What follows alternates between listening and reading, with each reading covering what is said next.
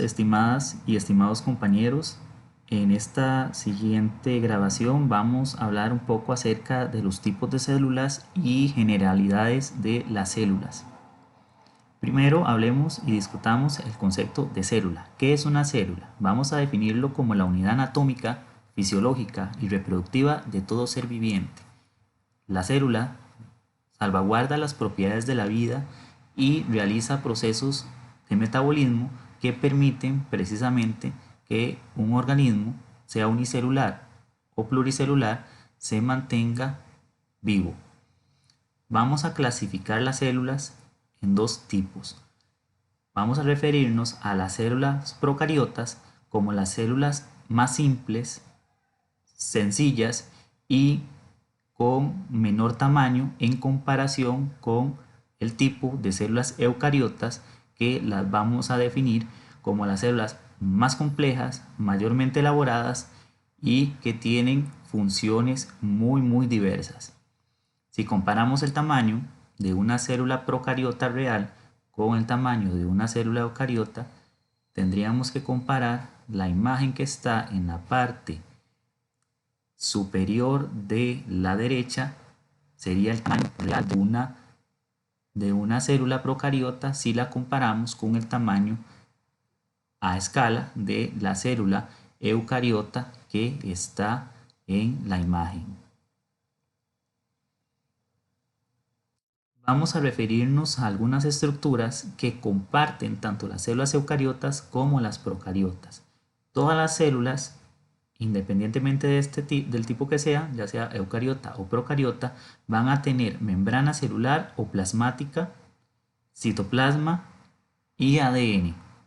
En el caso de la célula eucariota, el ADN se encuentra envuelto en una envoltura nuclear, y en la célula procariota el ADN se encuentra disperso en el interior. Entonces, para la célula eucariota decimos que el núcleo está definido y determinado y que alberga y protege el ADN en su interior, y para la célula eucariota vamos a decir que carece de un núcleo.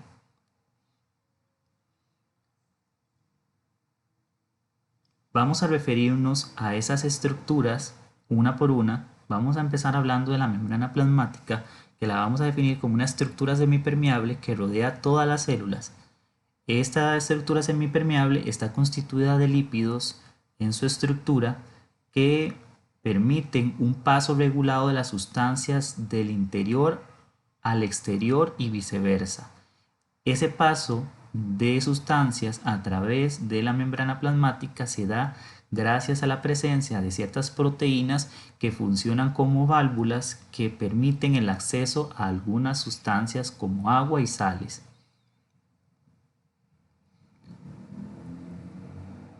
La función principal de la membrana plasmática es proteger el interior de las células y permitir ese flujo o ese intercambio selectivo de sustancias entre la célula y el medio. El citoplasma va a ser la región interna, que es semilíquida, de la célula, donde se encuentran todas las demás estructuras de la célula. Es una estructura gelatinosa que le da volumen a la célula y está constituida principalmente de azúcares, iones y proteínas.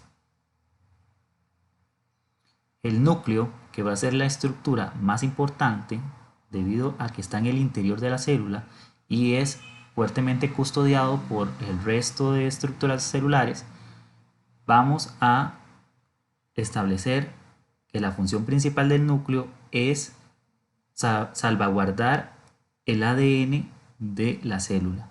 En su interior o en el interior nuclear encontramos los genes de la especie.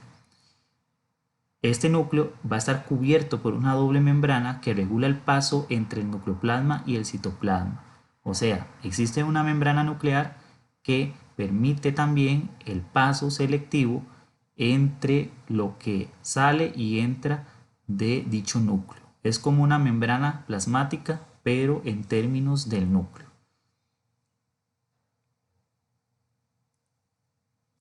Referente a esta otra estructura, pared celular, no es una estructura que está presente en todos los tipos de célula.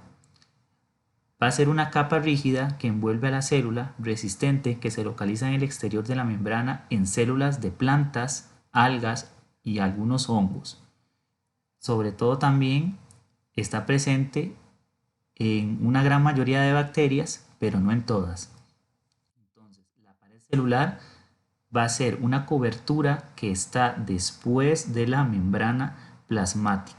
Por ejemplo, si observamos en la imagen de la derecha, esa imagen representa una estructura celular de una bacteria. Y si vemos su organización, primero desde la parte interna hacia lo externo está recubierta esa célula de esa bacteria por una membrana plasmática. Sobre esa membrana plasmática tenemos una pared celular y por último la cápsula, que sería como la parte más externa de esa célula. Las células cumplen diversidad de funciones y las células de organismos tan complejos como el ser humano se especializan en diversas funciones. Si nos referimos, por ejemplo, al tejido sanguíneo, o sea, la sangre, solo la sangre está constituida por 3 tipos de células de manera general. Los glóbulos rojos, que tienen la función de transportar oxígeno a través de todo el cuerpo, los glóbulos blancos, que tienen una función de protección, y las plaquetas, que tienen la función de sanar heridas. 3 tipos de células con funciones diferentes en un solo tejido, el tejido sanguíneo. Hagamos una recapitulación o repaso de lo que estamos viendo. Vamos a contestar falso y verdadero a las siguientes premisas. En el caso de la premisa 1 dice: todas las células tienen membrana plasmática, citoplasma y núcleo. Falso o verdadero. La premisa 1 es verdadera. Todas las células tienen esos 3 componentes básicos: membrana plasmática, que es la membrana externa que protege la célula; el citoplasma, que es ese líquido o esa región semilíquida interna; y el núcleo, que es el centro de control de la célula que alberga el material genético. La 2. La célula procariota es más especializada que la eucariota. Falso o verdadero. Esa premisa es falsa. La relación correcta sería que la eucariota es una célula más especializada que la procariota. Premisa 3. La membrana plasmática está formada por lípidos. Eso es verdadero. Premisa 4. El núcleo salvaguarda el material genético de la célula. Eso es verdadero y aplica para las células eucariotas que poseen un núcleo definido. Vamos a referirnos a las células procariotas como células que no tienen un núcleo definido o que tienen un nucleoide. Eso implicaría ausencia de un núcleo y por lo tanto el material genético de las células procariotas estaría expuesto en el interior de la célula. Premisa 5. El citoplasma es la parte más externa de la célula. Eso es falso. La parte más externa sería la membrana plasmática y el citoplasma está en el interior. Ya bien lo hemos mencionado. Refirámonos un poco acerca de la célula procariota. Pro significa antes y carios, núcleo. La célula procariota es una célula antigua que se formó antes de la existencia de un núcleo en el interior de la célula. Por eso se dice que no tiene un núcleo definido y que su material genético está disperso en su interior. Son muy simples y pequeñas en comparación con las células eucariotas. La mayoría, o más bien por decirlo así, todas las bacterias y lo que vamos a llamar arqueas, que son otro tipo de organismos, son seres que tienen células de tipo procariota. En general, a los seres vivos que tienen células de tipo procariota se les llama procariontes, ¿verdad? Y todos los procariontes son exclusivamente unicelulares. La mayoría tienen las siguientes estructuras básicas: pared celular, flagelos, que son las colas que les permiten la locomoción o el movimiento, y las fimbrias, que son los pelitos. Si ustedes ven en la imagen que está a la derecha, esos pelitos que tiene la estructura más pequeños le sirven para adherirse a las superficies. El flagelo, que es el vello grande, les permite el movimiento. La célula procariota también tiene pequeños ribosomas, que son estructuras muy pequeñas que están en su interior, que parecen pecas, pero que en realidad tienen una función particular. La imagen que está en la parte inferior representa una arquea y la que está en la parte derecha representa una bacteria. Una bacteria que se llama Escherichia coli, que es habitual en la flora intestinal humana. Es la típica bacteria que viene en el yogur. Cuando nosotros bebemos yogur, la bacteria se aloja en nuestro intestino y nos ayuda a desarrollar procesos de digestión. Esta información de bacterias es solo para complementar lo que hemos dicho. Recuerden que todas las bacterias tienen células de tipo procariota y en la imagen de la izquierda vemos los tres típicos o las tres típicas formas que tienen las bacterias.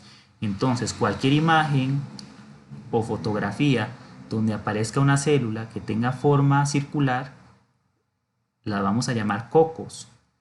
La que tenga forma alargada va a ser de tipo bacilos y habrán células que las vamos a llamar espiroquetas o espirilos que van a tener esa forma espiralada.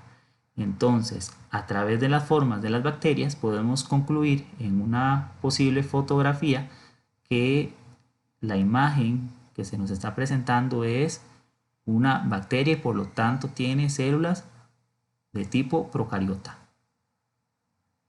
Las arqueas son muy diversas y también están constituidas de células procarióticas. En el caso de la célula eucariota, vamos a decir que las células eucariotas son las mayormente especializadas y complejas y están recubiertas por sistemas de membrana. Estos sistemas de membranas permiten un recubrimiento desde afuera hacia el interior de la célula. Tienen también la propiedad de tener citoesqueleto, que es un esqueleto de fibras en el interior dinámico que permite cierta movilidad interna de la célula. Vamos a clasificar las células eucariotas de dos tipos, animal y vegetal. Resulta que todas las plantas y algas van a tener células de tipo eucariota vegetal y todos los animales y hongos van a tener células eucariotas de tipo animal. Repito, la célula eucariota vegetal va a ser propia de todas las plantas y todas las algas y la célula eucariota animal va a ser propia de hongos y de todos los animales. Esto es una imagen vista al microscopio de cómo se ve una célula animal y cabe destacar una característica importante de dos estructuras que son exclusivas de las células animales, los centriolos y los lisosomas. Son estructuras internas que solo ese tipo de célula, o sea, la célula animal, posee. En el caso de la célula vegetal también tiene estructuras exclusivas. Esas estructuras las llamamos cloroplastos y son las que se ven de color verde en la fotografía y además tienen la capacidad de tener vacuolas que son extremadamente grandes y que son estructuras que se llenan de agua. Entonces, en la imagen de la célula vegetal vemos que la mayor parte corresponde a la estructura que llamamos vacuola que alberga agua. Más o menos el 70% de la estructura interna de la célula corresponde a esta estructura que llamamos vacuola. Cosa importante, la célula animal también tiene vacuolas, pero son más pequeñas, muchísimo más pequeñas que las vacuolas de la célula eucariótica vegetal. Esta es una imagen resumen de las estructuras exclusivas. En el caso de la célula animal, en comparación con la vegetal, la célula animal tiene cilios y tiene flagelos, cosa que la célula vegetal no tiene. Recuerden que cilios y flagelos también es propio de las células bacterianas. Los lisosomas sí son una estructura exclusiva de la célula animal, al igual que los centriolos. Y en el caso de la célula vegetal, la vacuola central enorme es exclusiva, es único de la célula vegetal, y los cloroplastos pueden existir solo en las células vegetales. Referente a la pared celular, existe tanto en la célula vegetal como en las células procariotas también.